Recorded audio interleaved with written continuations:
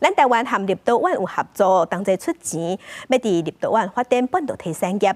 不过即马是互国民党的立委质疑讲，国发会借钱互立陶宛的业者，结果人煞去买中国的原料，咱哪亲像潘啊共款。不过外交部是解释讲，两国同齐出钱，这款合作的模式伫国际上正适常。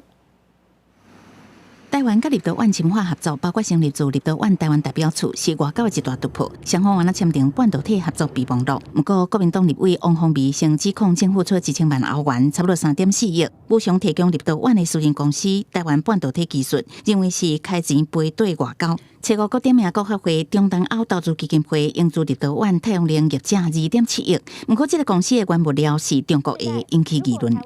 我们不都是要抗中吗？这个糗了。那么，请这个我们审议委员会降低这部分的关切就是睁一只眼闭一只眼就过去了。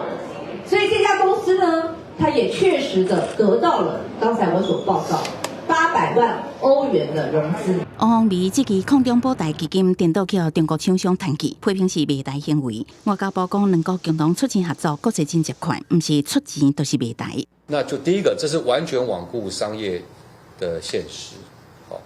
那第二个呢，就是它可能会反而影响到我们这个中东欧投资基金未来在开